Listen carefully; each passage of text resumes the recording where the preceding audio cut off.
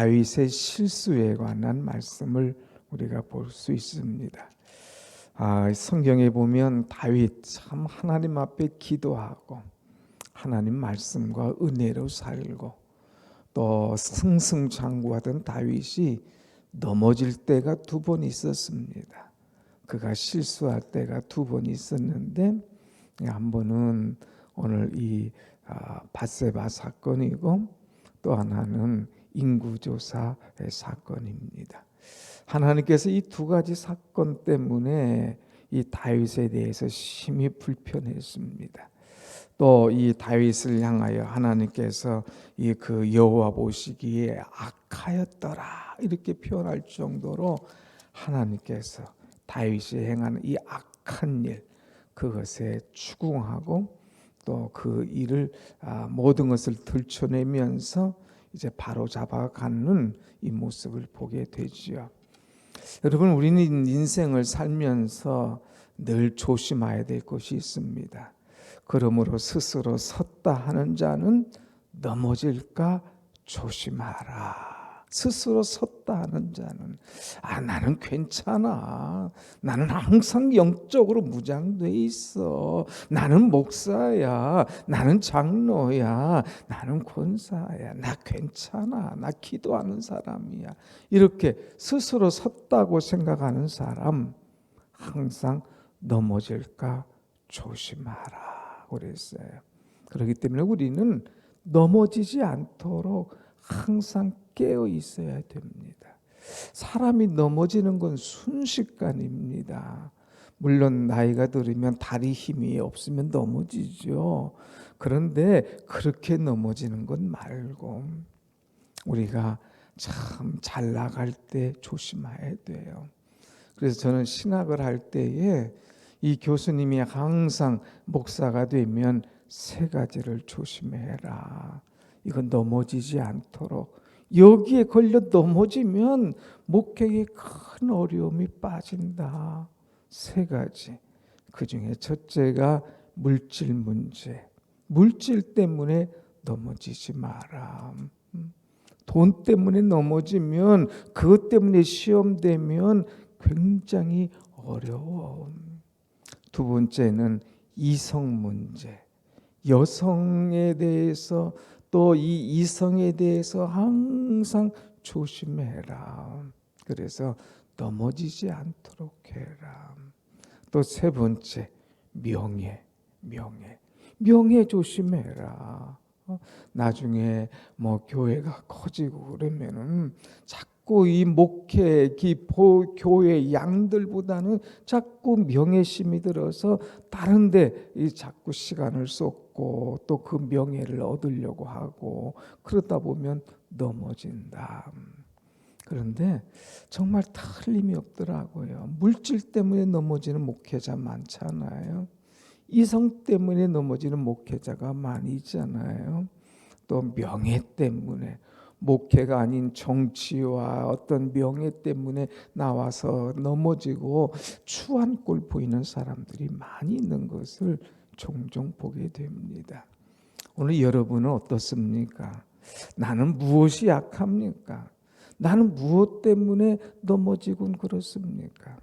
오늘 우리는 이 넘어짐의 이유가 뭔가 하는 것을 알고 그것을 바로잡고 나가는 그런 신앙인이 되어야 된다고 하는 것이죠. 다윗의 넘어지는 이야기를 왜 이렇게 자세하게 성경에 이야기했을까?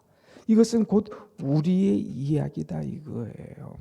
그러니까 우리도 이런 넘어짐의 문제가 얼마든지 올 수 있으니까 이것을 반면 교사로 삼아서 왜 넘어지나, 넘어졌을 때 어떻게 하면 일어날 수 있는가 하는 것을 깨달아라 하는 말씀입니다.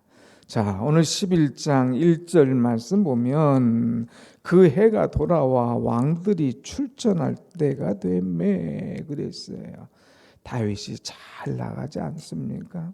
이웃 나라들이 암몬이 또 뭐 이제 다른 족속들이 와서 자꾸 추군될 때에 그냥 그것을 다 치면서 이기면서 나가는 거예요.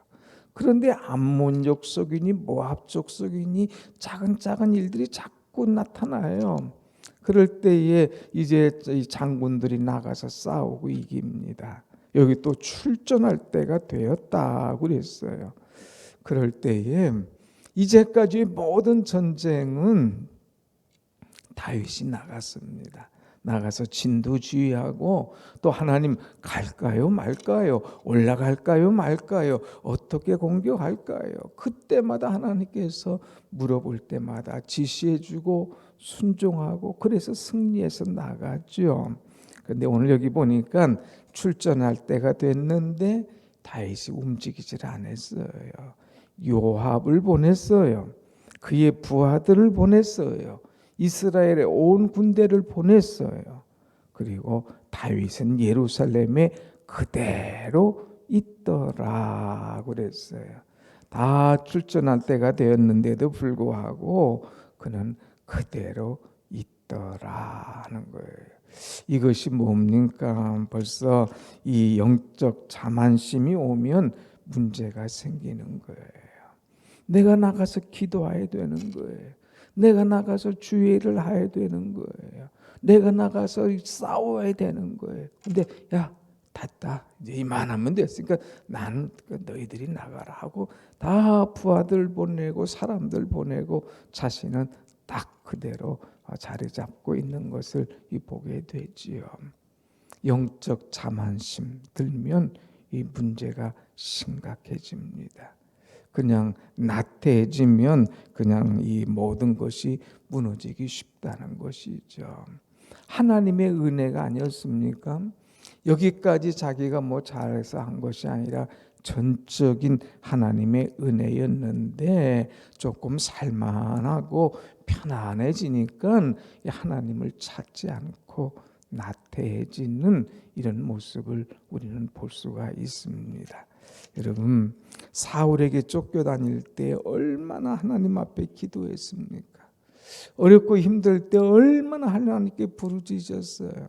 그런데 살만하니까 부르짖지 않았어요. 전쟁이 와도 부하들 보내고 자신은 그대로 있었다고 하는 것이죠. 이 영적 자만, 교만, 이 교만은 넘어짐의 앞잠이요 패망의 선복이니라 그랬습니다. 우리에게 교만하지 않도록 뭐 그냥 까짓것 이렇게 하면서 자만하다가는 곧 문제가 생긴다는 것을 우리는 알아야 된다는 것이죠. 두 번째는 그 실수가 뭡니까? 2절의 말씀 보십시다. 2절 시작.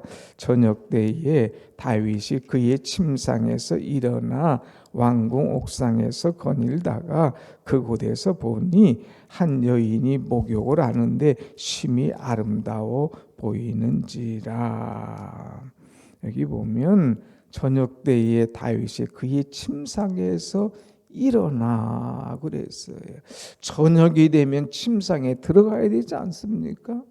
그런데 저녁이 되면 침상에서 일어났더라. 피곤할 텐데. 낮에 오히려 전쟁에 참여하지 않고 다른 일을 한 거예요. 그러니까 저녁이 되면 잠이 안 오니까 일어나서 보아서는 안 될 것을 보고 이것 때문에 넘어지는 그런 일이 일어나지요. 자, 침상에서 일어나서 옥상을 거닐다가 이렇게 보니까 이 왕궁 밖에서 여인이 목욕하는 걸 보게 되는 거예요. 한 번은 볼 수도 있죠.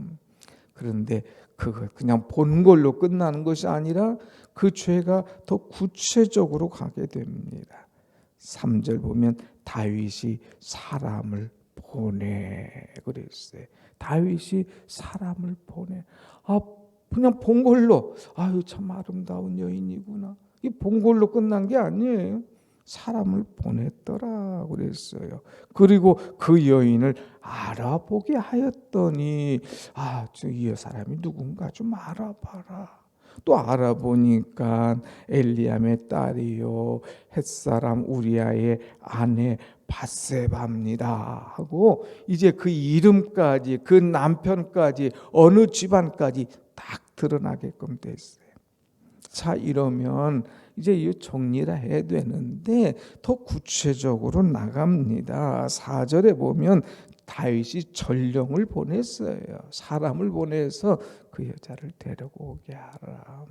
그리고 깨끗하게 한 다음에 그 다음에 동침하게 되고 그 자기 집으로 돌아가더라는 거예요.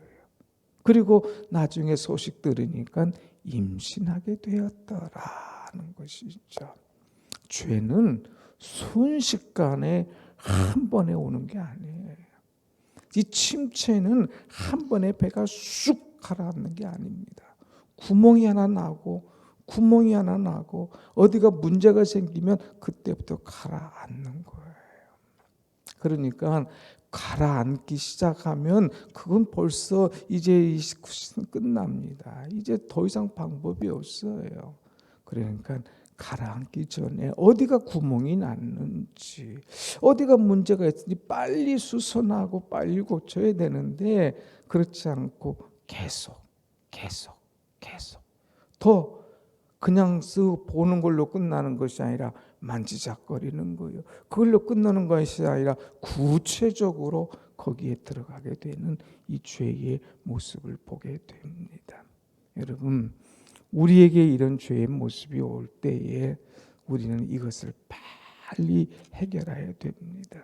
그렇지 않고는 이 죄가 오히려 나를 다 싸게 되는 거예요. 이제는 내가 이 속에서 헤어날 수가 없는 문제가 생깁니다. 심지어는 헤어나올 못하실 뿐만 아니라 다른 사람까지도 험하게 되는 그런 일을 범하게 되는 우리의 모습을 보낼 수가 있지요. 그래서 죄는 한 번에 순식간에 이루어지는 것이 아니다. 보게 되고 사람을 보내게 되고 전령을 보내게 되고 구체적으로 더 깊이 더 세밀하게 더 완벽하게 딱 해서 이 여인을 임신시키는 그 참 아름답지 못한 은혜롭지 못한 잊어서는 안 되는 그런 일을 범하게 되지요. 그래서 이제 요압에게 우리아를 데려와라. 그 충성스러운 신하 우리아를 데려오게 합니다. 임신한 것을 가리려고 그래서 그에게 휴가를 주고 그를 이렇게 했지만 이 우리아가 얼마나 충성스러운지 지금 내 부하들은 우리 군대는 다 잠 못 자고 지키고 있는데 나 혼자 무슨 휴가냐 무슨 나 혼자 이게 무슨 일이냐 아니다 나는 이럴 수가 없다 집에 들어갈 수 없다 할 때에 그를 더 전장에 깊은 곳에 보내서 죽게 하죠. 그래서 결국 우리아도 죽으니라 그랬습니다. 다 죽은 다음에 마지막 27절 보면 뭐라고 그래요? 그 장례를 마침에 다윗이 사람을 보내 그를 왕궁으로 데려오니 그가 그의 아내가 되어 그에게 아들을 낳으니라. 이게 뭔 말입니까? 임신한 걸로 끝나는 게 아니에요. 남편 우리아를 불러들여요. 그가 죽게 합니다. 그리고 그 여인을 데려옵니다. 또 아들을 낳게 합니다. 그럴 때에 마지막이 뭐라고 그랬어요? 다윗이 행한 그 일이 여호와 보시기에 악하였더라 하는 거예요. 사랑하는 여러분, 이 다윗은 다 잘하다가 이 막판에 자기의 관리하는 일을 실패했어요. 자기 관리 실패. 다시 말하면 영적 브레이크가 파손돼 있다는 말이에요. 내가 봐서는 안 될 걸 봤네. 거기서 끝나는 게 아니라 자꾸 더 깊이 들어가다가 이제 브레이크가 파손됐어요. 아니 막 그냥 나가다가 자기도 여인도 그 가정도 그 남편도 다 파괴하게 하는 그런 일을 벌이게 되는 이 안타까운 일을 보게 되지요. 사랑하는 여러분, 우리도 실수할 수가 있어요. 한순간에 이 브레이크가 터질 수가 있다고 하는 것. 그러니까 브레이크가 터지지 않도록 우리를 덜 돌아봐야 됩니다. 그러기 위해서는 우리가 세 가지를 생각해 봐야 됩니다. 항상 영적 각성을 해야 됩니다. 내가 넘어지지 않는가? 내가 이제 흔들리지 않는가? 내 시선이 어디에 있는가? 오늘 내가 할 일이 뭔가? 오늘 내가 바라봐야 될 것이 뭔가? 그걸 봐야지 그 외의 거 보면 문제가 생긴다는 거지요. 그래서 우리에게 주시는 말씀이 믿음의 주요 온전케 하신 이인 예수를 바라봐라. 예수를. 경마장에 가면 말들이 달릴 때에 앞에다가 이렇게 해놓는다고 그래요. 다른 뭘 세워가지고 이렇게. 그건 뭐예요? 옆을 못 보게 사람들이 막 박수치고 빨리 가라고 하고 막 할 때에 그냥 그 옆을 보다가는 보는 순간에 순간을 뺏겨버리거든요. 못 보게 탁. 우리가 신앙생활할 때에 시선을 예수께 고정하고 주를 향하여 나가면서 영적 각성할 때에 우리가 흔들리지 않게 될 줄로 믿습니다. 아멘. 늘 성령 충만해야 돼요. 성령 충만하려면 이제 내 시선을 더럽히지 않아야 되고 늘 기도와 말씀으로 무장해야 돼요. 아까 저도에 처음 한 것처럼 넘어지지 않도록 항상 충만해도 순간적으로 문제가 생겨지거든요. 제가 이렇게 시계를 차고 있는데 요즘 많이 유행하잖아요. 전자시계. 이 전자시계는 좋은 것이 있어요. 정확합니다. 정확해요. 그 다음에 여러 가지 서비스 기능들이 많은데 단점이 있습니다. 이 충전해주지 않으면 그전에는 배터리 하나는 1년도 가고 그러잖아요. 그런데 요즘은 좋은 거 3일, 많이 가야 4일 그렇게 합니다. 충전 안 해주면 그냥 아무 소용없는 거예요. 소용없는 거예요. 아무런 기능 발휘할 수가 없습니다. 오늘 여러분, 우리에게 좋은 것이 많아요. 주신 은혜가 많습니다.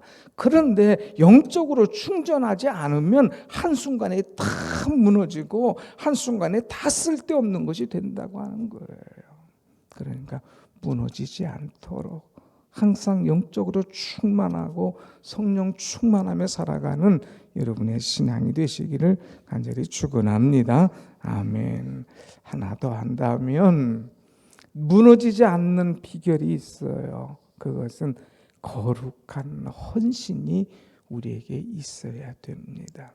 하나님께서 내게 건강 주셨을 때에, 하나님께서 내게 물질 주셨을 때에, 하나님께서 내게 시간 주셨을 때에 이때를 놓치지 마라 하는 거예요. 이때.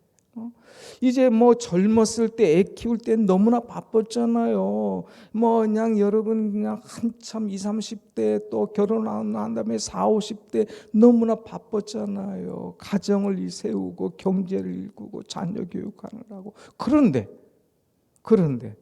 지금은 우리가 60대 넘으면 시간도 좀 있어요. 또 물질도 좀 있어요. 또 여유도 좀 있어요. 이럴 때에 우리가 뭐 할 거냐? 이거 뭐 할 거냐? 시간이 있을 때, 여유 있을 때에 헌신할 것을 찾아라 이거예요. 어떻게 일할 것인가? 거기에 방향을 좀 쏟아야 된다고 하는 것입니다. 요즘에 보면 젊은 사람들이 무너지는 일이 없어요. 젊은 사람도 무너지지만 나이 드신 분들이 무너지는 경향이 많이 있어요. 왜 무너질까? 시간적인 여유가 있어. 물질적인 여유가 있어. 그런데 이것을 어떻게 사용할까 하는 목표가 상실되다 보니까 그냥 놀고 그냥 세상 좋은 일 쫓아다니고 하다 보니까 다 파괴가 되는 거예요. 하나님께서 우리에게 건강도 주셨어요. 시간적 여유도 주셨어요. 물질도 주셨어요. 그것을 가지고 주를 위해서 기도하며 선한 목표를 찾을 때에 그 인생의 후반전이 정말 아름답고 빛나고 은혜롭지 않습니까? 그런데 인생의 후반전을 정말 힘들게 살아가는, 못 박아야 될 거가 어딘지를 모르고 잘못 뻗고 손등을 치니까 이 문제가 되는 거예요. 여러분, 하나님께서 기회 주셨을 때에 다윗처럼 할랑하게 그냥 이 엉뚱한 일 하다가 넘어지지 말고 내게 주신 기회, 은혜, 또한 선한 능력, 또한 물질, 여유 이런 거 있을 때 그래, 이제는 내가 더 이상 핑계할 게 없지. 이런 은혜 주셨을 때에, 이런 기회 주셨을 때에 내가 주를 위해서 할 것이 뭔가 이렇게 생각하고 한번 목표를 찾아보자 이거예요. 방향을 찾고 주님 기뻐하시는 일에 나가보자 이거예요. 그럼 내가 즐거운 거예요. 주와 같이 길가. 당신은 혹시 좋은 일 있어? 어떻게 입에서 찬송이 나와? 좋지요. 기도하니까 좋지요. 은혜로니까 좋지요. 주혜라니까 좋지요. 그거 나도 하면서 자꾸 주변에서 함께 할 수 있는 사람들이 모여진다는 것이죠. 힘들게 일어났는데, 힘들게 가까워왔는데 이제 마지막 방향을 찾지 못해서 세상을 쫓아다니다가 그냥 재미있는 거 쫓아다니다가 다 무너지고 놓치는 자가 되지 말고 하나님께서 내게 허락하신 것, 방향을 잘 정해서 나가서 내 인생의 후반전이, 내 인생의 마침표가 정말 아름답고 정말 하나님 앞에 기억된 그런 존재가 되는 것 얼마나 귀할까 하는 말씀입니다. 지난 주일날 하나님께서 기억하시는 사람, 너의 기도와 구제가 하나님 앞에 상달되었고 기억되었노라 하고 말씀했잖아요. 오늘 우리는 하나님 앞에 악을 행하는 사람이 아니라 하나님 앞에 기억된 존재로 살아갈 수 있도록 영적 각성, 성령 충만, 내가 이 인생의 후반전에 해야 될 일은 무엇인가를 딱 붙잡고 넘어지지 않고 늘 승리하는 그런 인생을 살아가시기를 간절히 축원합니다.